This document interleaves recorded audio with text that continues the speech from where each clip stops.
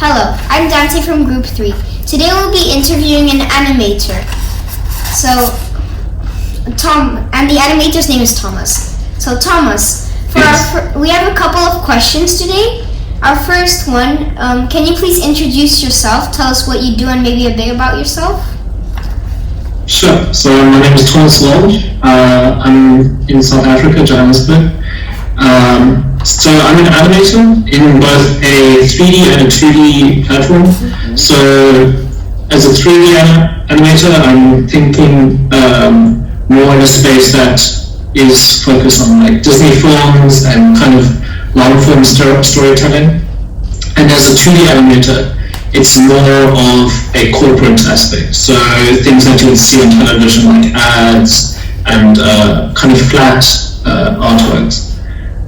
I have about 4 years of experience in the industry, and yeah, it's been a lot of fun.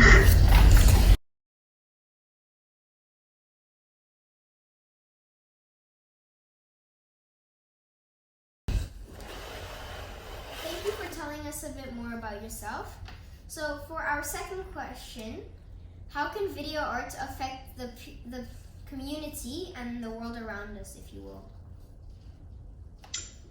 So video art is interesting. Compared to normal 2D art, if you're thinking about paintings and photos, it's able to capture a lot more, and it's in the movement that I find it separates things. So as kind of a cultural and a global kind of art form, I think it's able to capture just a whole lot of different perspectives. So you're able to see how people in Japan live or Europe live without ever going there, as well as just on a storytelling medium, you're able to kind of tell us a story the way you want to do it, that kind of reaches outside the restrictions of kind of 2D or kind of static art.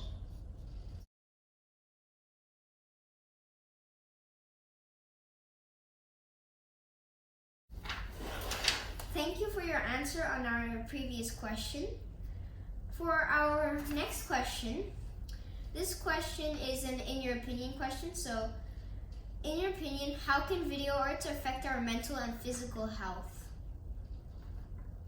So in video art, I think that through storytelling, we're able to kind of help people experience emotions and deal with emotions. So it can help in almost a therapy way.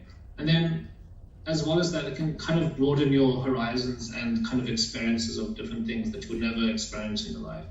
So you can see, tragedies around the world or beautiful things that you would never experience in your own life through video art. And that's able to kind of uplift you mentally and kind of change your perspective on life. And then in terms of physical health, I would say that it's kind of the same vein as just your mental health. I think as people, we rely on exposing ourselves to the rest of the world. We understand the world through what we see of it. So the more we see of it, and if that's through video art, which is the easiest thing to find, we're able to kind of increase our personal kind of mental skill. Or like our understanding of how the world works. Yeah, exactly. It's all about perspective.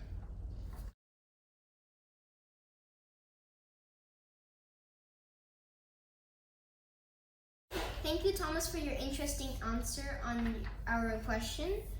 So for our next question, do you believe that video has a positive or a negative impact on the world? So I believe that video art has a definite positive impact on the world. I'd say that as humans, we definitely rely on understanding and seeing the rest of the world and kind of gathering information through video art. Think about how many things you've learned or seen through YouTube or other forms that kind of have taught you something, and how that's kind of not possible when it comes to just pictures or text on a screen. I think if it has a negative impact, it's only through human nature itself. So it's the person that makes it a negative thing, not the actual art form that is negative by itself. But I'd definitely say it's a positive impact. Without it, we wouldn't be able to be an international, global kind of society. It's like you're saying without video art, we wouldn't be connected as much as we are today. Yeah. Like right now, we wouldn't be able to talk across the world if it wasn't for video art. We're able to see each other and communicate way far better than over text or mail, you know? Yeah, like this. It's able to capture life through a huge, like a far more broader lens than kind of the more restrictive like text and non-video art forms.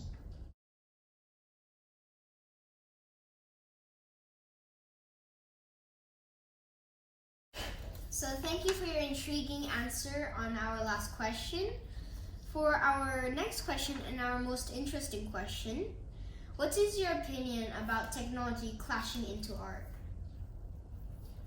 So I think technology is a huge influence when it comes to art. I think up till now, it's always given us the ability to create art. Think about computers being able to help animators make animations 1,000 times faster than doing it drawn on a piece of paper. And before that, just the ability for it to kind of make things a lot easier in order to create art. Not to mention video art. Without technology, video art would not exist, just completely, without a camera. But now we're seeing a new age where technology is almost able to not only help an artist, but replace an artist in many ways. It's able to interpret things and create things that we as artists aren't able to. Think about if you were to create a jungle or a forest as a 3D animator, if you wanted to make a Disney film. For an artist to do that on their own, to create a tree and make it appear everywhere and generate these mountains to look organic, it is almost impossible. We are restricted in our own ability to kind of think in that way, but a computer is able to learn and kind of grow and understand things a lot better than we are. So it can see thousands of pictures of mountains and then figure out what needs to happen in order to create it to look like a mountain. And it can do that far better than us, and can do it in a blink of an eye, where we would take years to create a forest. It's able to create variations of an artwork where you can give it one image and it can create 10 variations of that without you raising a finger. It can just change absolutely everything that kind of defines art. You have to kind of question then what, as an artist, like what the artist is. When it comes to it, is it the person that comes up with the idea? Does it not matter if it's made by a computer or a person? Or is it the person actually creating the art piece that is the artist? I suppose the debate's been kind of around for a long time, where many artists don't create their own create their own art. They have, 10 assistants who kind of create the art for them, but they came up with the idea, so it's still technically their creative vision that's being fulfilled. And that's kind of the argument of, if you say, no, today I want to make a forest, and the computer makes the forest for you, is that still your art piece, or is it the computer's art piece? And I think it is still your art piece. But then it's also, I don't know, I think it's going to be very interesting. Artificial intelligence is a mind-boggling kind of thing that's going to change our lives in the next few years.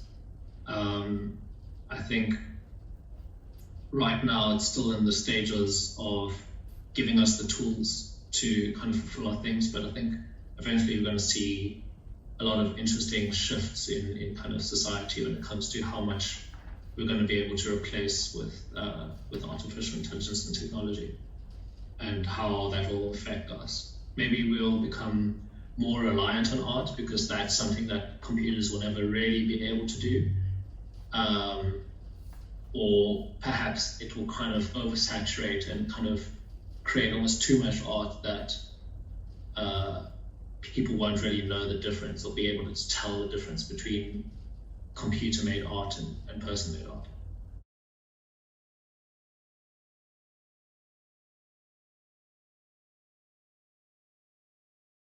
Thank you for your interesting and long answer from our previous question.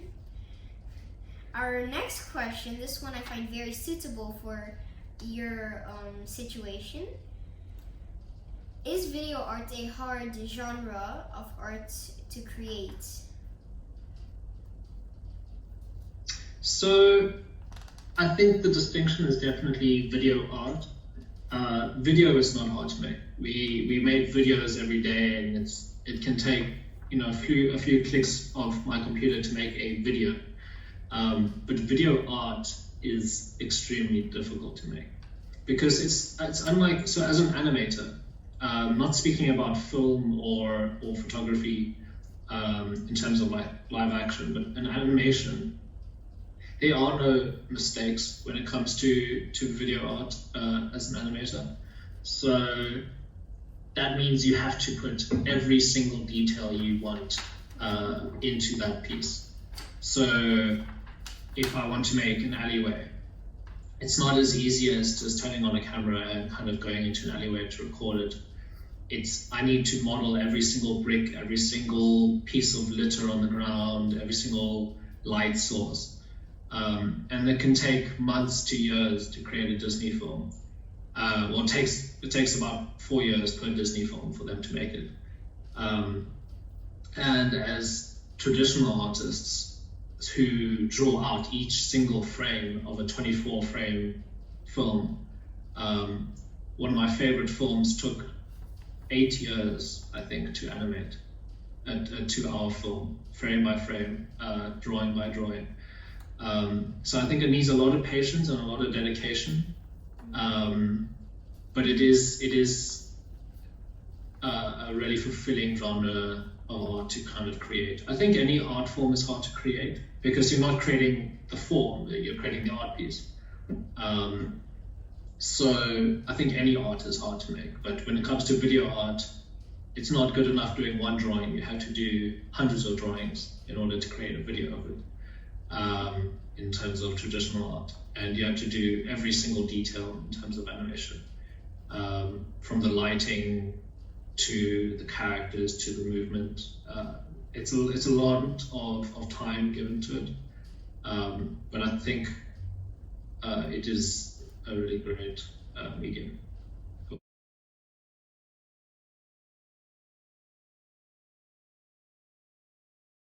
So for our next question, will the evolution or development of video art or of technology affect video art?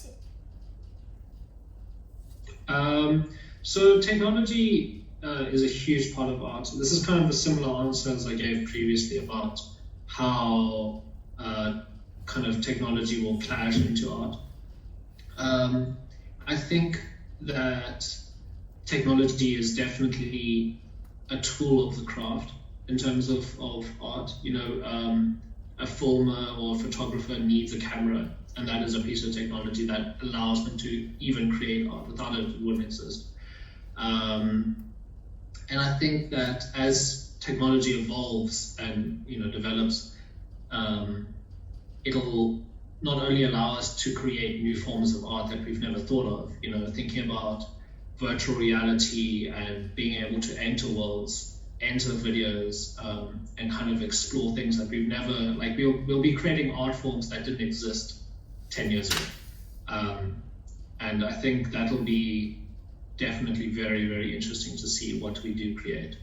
But But I think in the kind of similar vein I was talking about earlier about artificial intelligence, it'll be interesting to see how far artificial intelligence can go in terms of being able to create art, and whether or not we'll call that art because it was created by a computer. I think it'll just, well, like the big thing will be definitely time. You wouldn't have to spend years on a film, you could spend months on a film, and then maybe even seconds on a film. If you've ever seen Blade Runner, there's that one character who creates the dreams of these androids, and she can just basically think them up and they become these realistic things. I think that it'll definitely change art itself. We'll have to kind of ask ourselves what art is with the change of technology. But it's not a bad thing. I don't think it'll have a massively negative impact on art. If anything, it'll just create more art and more opportunities to create different kinds of art.